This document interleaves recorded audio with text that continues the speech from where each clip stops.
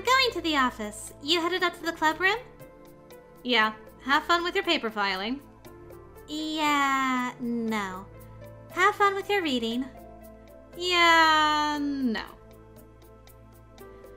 Since Allie had to arrive early every morning, it gave me a bit of free time to do some research and reading. I'd taken to going up to the club room instead of the regular school library. It wasn't particularly fun exactly, but I'd take any extra research time I could get. Blech. I climbed the stairs quietly, planning ways to make my study time more productive. Meh. But first, I should probably set aside my fairy studies to look up information on how to appease an irritated household spirit. As much as I didn't want to put anything on hold for that, I also didn't want to have to take the blame for its pranks anymore. Then, I guess, sleepwalking. Fairy sleepwalking. I didn't even know if it was a thing. There was no one in the club room when I arrived, which wasn't too unusual. Sometimes I did see Mark, William, or Ewan, or any combination of the three. Sometimes other students as well. A pink-haired boy named Drayson, or a girl named Shelley. Allie had told me she was a witch, but I'd never spoken to her. She seemed pretty quiet. At any rate, there was often no one at all, so I wasn't too surprised to find myself alone there. I went to retrieve a few books Velos had let me take from the library. Sitting in my usual spot on the sofa, I pulled my journal into my lap. I added a few notes about cats and their apparent ability to see fairies. Then turned to my sparse notes on vampires and added that they apparently could inject a numbing agent when they licked or bit people. Alright, let's read about that. Vampires can inject some sort of numbing agent when they bite people, which makes it not hurt as much. I guess it makes sense since the victim is going to struggle less if they're not in pain as you slowly drink all their blood and kill them. Oh, also useful for cat scratches. Who knew? And finally, I added a quick note about sleepwalking again. I tapped my pen thoughtfully on the page before grabbing up one of my research books and opening to the last marked place. If I recall, there was something in there that might be useful. I stared down at the header. Crimbles. Apparently a type of changeling. Huh. I knew what changelings were. I flipped a few pages back in my journal and scanned the notes. Alright. Once more. We read that. There we go.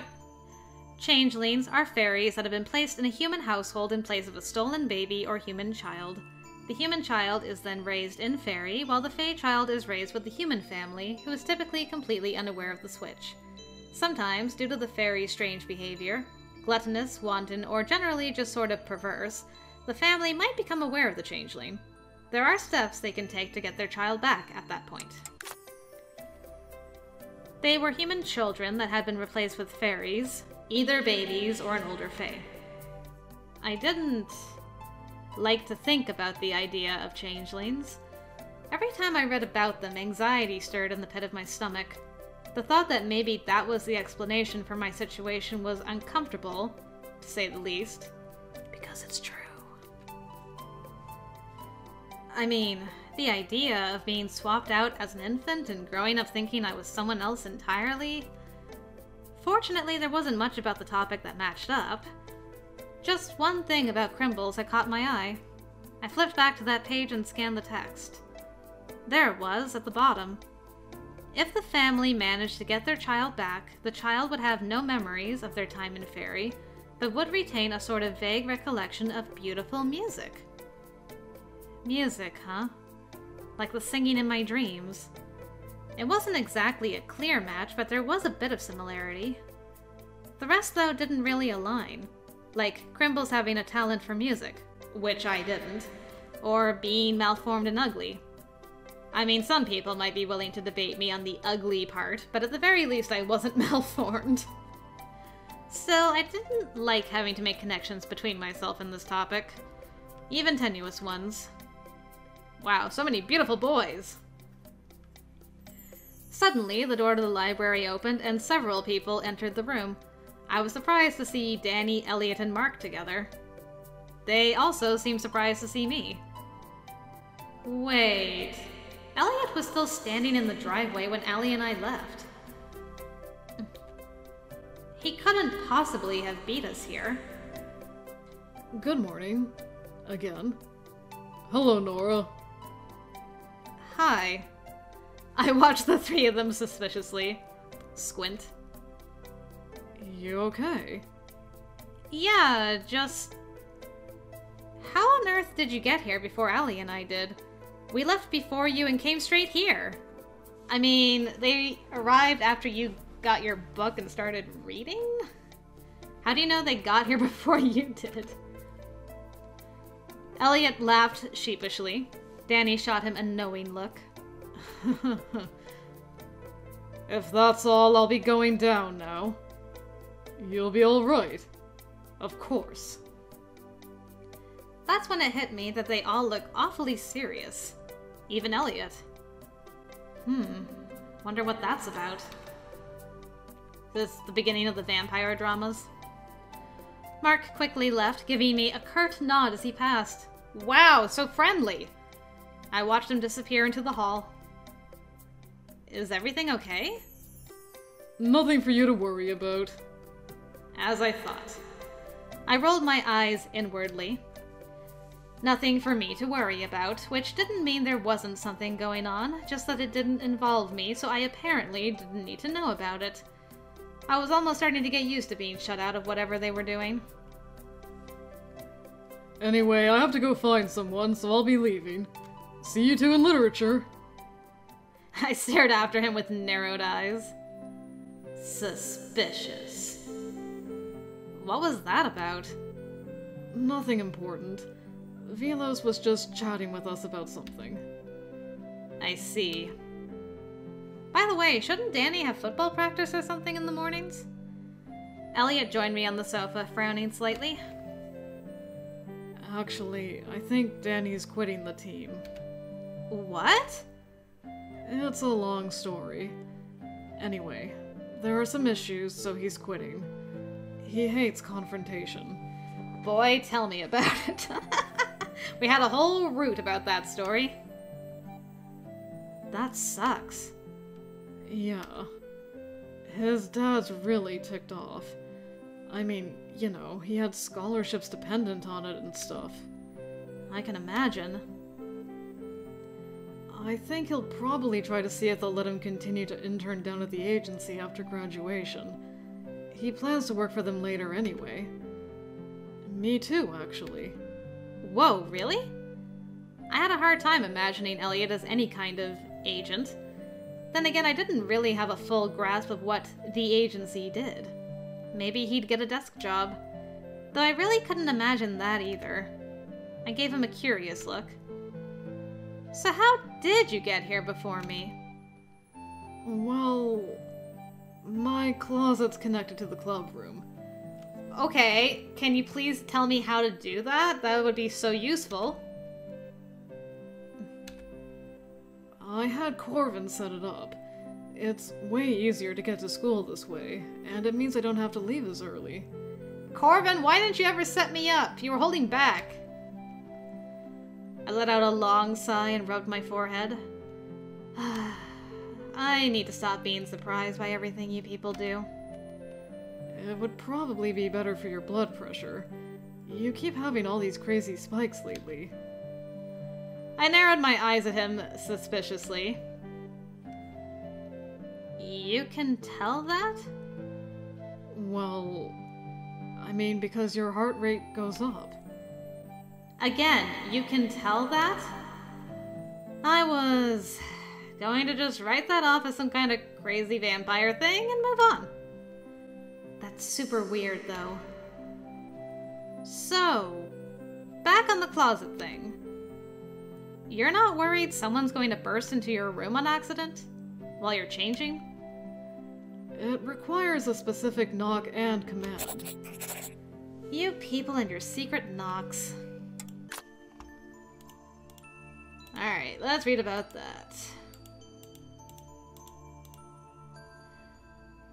We read that one. Oh, there we go. So, in the real magical world, as opposed to the one in books, people travel by magic doorway. None of that silly chimney stuff here. Nope, doorways are much more practical. Uh-huh. I get that reference. Anyway, the system uses a series of knocks and incantations to function. Each door leads directly to another door. Do the right knock, say the right word, and you can open the door and step directly into your destination in an instant. It is pretty convenient, but kind of terrifying too, actually.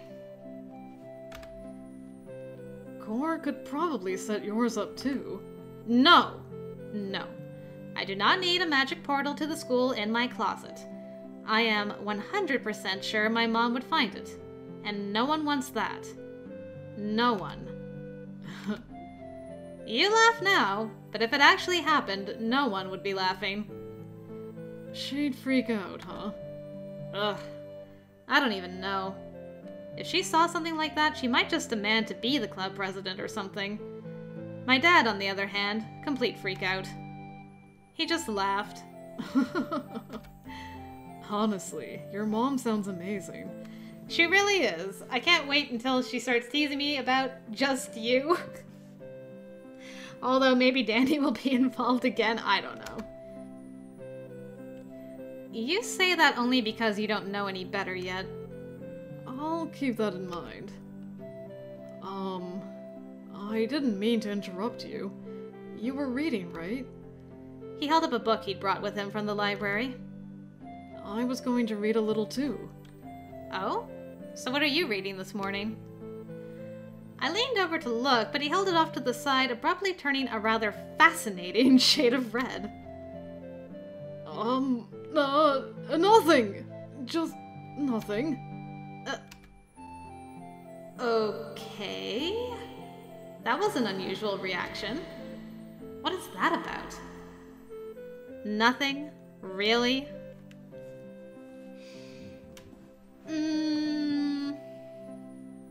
Definitely don't try to get a closer look.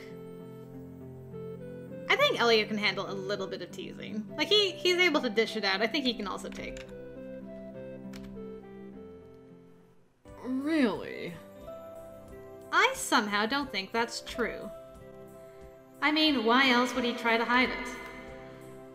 Oh, right, you were the one that used to you were the one that reads the swimsuit magazines, right? Oh my goodness, I blocked that out of my memory. Oh no, it's come back. Now, if it had been a magazine or something, I just assume it was something perverted. But it was an old dusty book with a worn-out brown cover. What could it be? I smirked at him. Don't tell me you're reading old romance novels or something. What? No. It's nothing like that. Really? Then why are you holding it behind your head so I can't see the cover? No reason. Just, you know. Well, I understand. If you're reading Jane Austen or something, it might hurt your reputation as a man. Though I personally think men are perfectly able to enjoy Austen now and again. I'm not reading that. I gave him a calculatedly dubious look. Elliot pouted, still keeping the book behind him where I couldn't get to it. You're mean. I've been told that before. I'm starting to doubt Spencer's the evil twin. Hey! Now that's below the belt, mister. He grinned at me. Like I said, he can dish it out. You started it. I cracked my knuckles loudly. Alright. Oh, that wasn't very loud at all. There we go. I can finish it too, you know. He just laughed and didn't seem at all intimidated.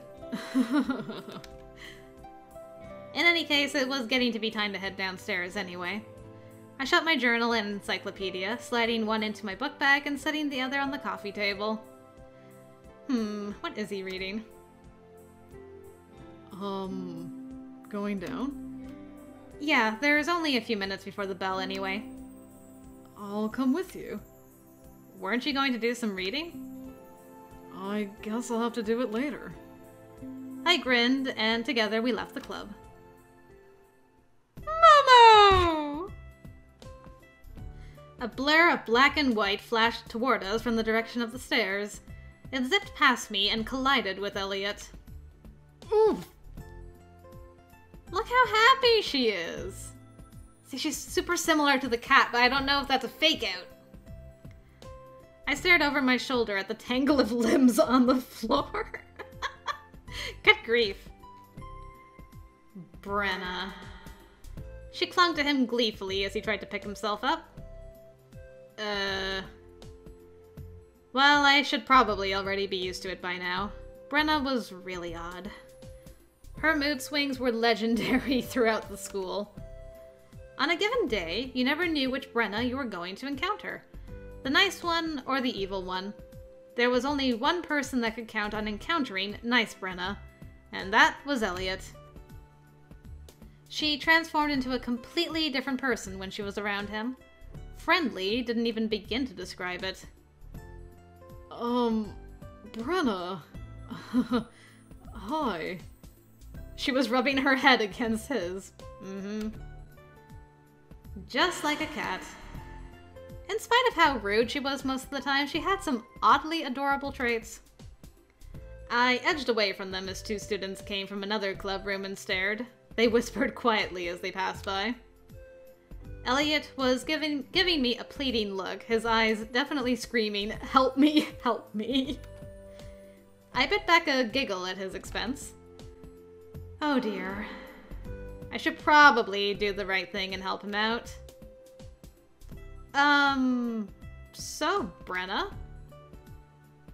She stopped rubbing against Elliot and gave me an annoyed look the moment I spoke. Judging by how she usually treated me, I'd have to say she didn't really like me much.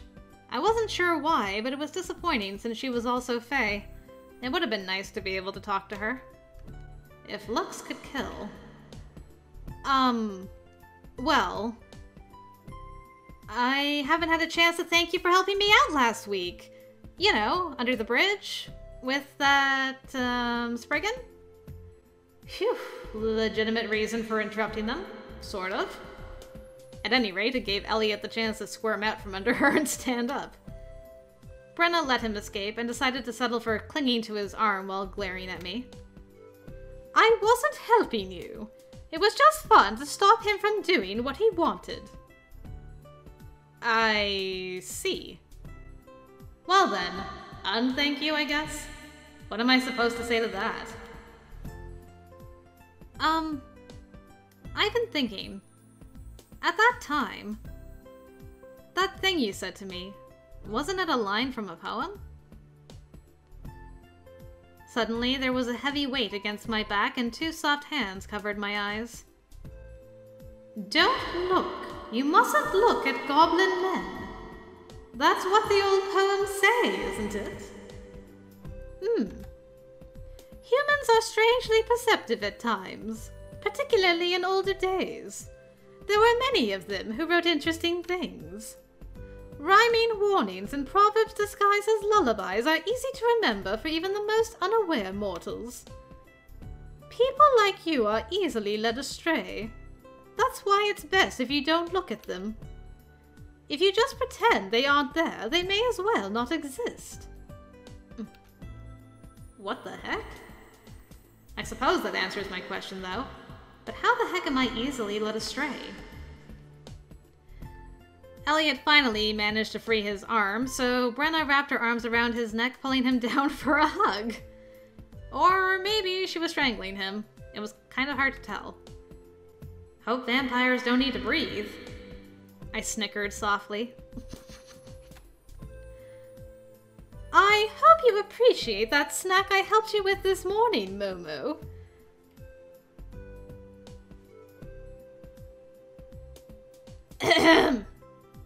Never mind. Cat confirmed.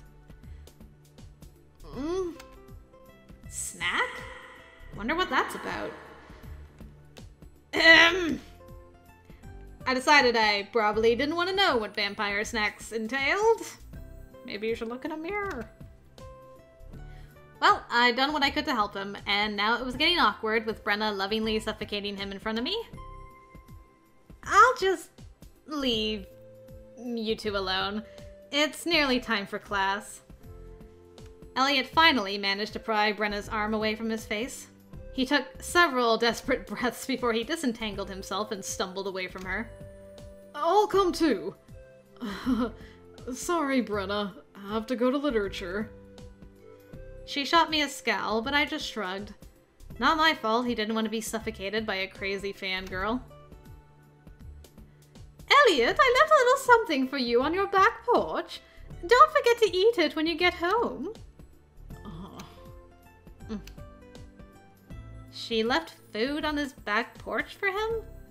They definitely had a weird relationship. Oh, what am I getting myself into here?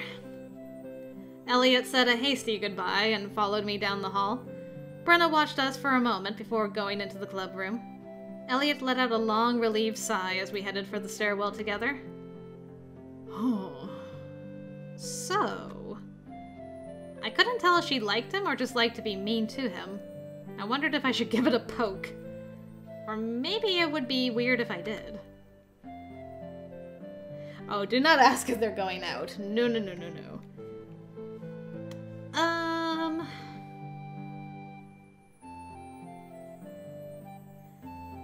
I mean, Momo's kind of a innocuous question, because, like, what is, you know, where'd that nickname come from? It's like asking how close are you without, like, asking how close are you, you know? Momo? Oh. You have a lot of interesting nicknames. What is it Danny calls you? Mozzie? Yeah. Pretty much everyone calls me that these days. Except you. What exactly does it mean? You've never told me. It's... Do you really want to know? Well, I am kind of curious. Don't laugh, okay? You have my word. It's... just... slang. For mosquito. No laughing! What kind of slang is that? Australian. Apparently, they really like to shorten words. A lot. Does that have anything to do with you being a vampire? Yes, and it's courtesy of my stepsister. Ah, that made sense. He had mentioned that his stepdad and stepsister were Australian. They'd lived in the States for a long time, though. That apparently hadn't killed their knack for adorable slang. Still, mosquito! That's terrible! But so funny and adorable, too. See? You're laughing. This is why I didn't want you to know. No, it's just... I totally get the silly nickname thing. Spencer used to call me Snora. You know, before he decided he hated me. Not that I snore, for the record. Of course you don't. Now he mostly calls me... loser, or something. So I guess I should have appreciated Snora while it was still a thing. Which is seriously uncool, by the way. I shrugged. So anyway, what about Momo? Oh, that's just Brenna shortening Mozzie even further. A nickname of a nickname? I shook my head, grinning. So should I take to calling you Mozzie too? No! Well... He gave me a hopeful smile. I kinda prefer for you to call me by my name. Ah. I looked away, trying to ignore the heat creeping into my cheeks. That kind of made me a little happy, though. Well, if you insist. The two of us headed down to class, and pretty soon, the morning's events were lost in the general business of school. Days were passing so quickly, maybe because of the pressing need to find answers in the limited time I had to do it. Even so, by the time I was dropping off unneeded books at my locker that afternoon, I was definitely ready to go home. But the time after school when I was supposed to be doing club activities was useful research time. I swear though, if Velos makes me clean again, I slammed my locker door and sighed.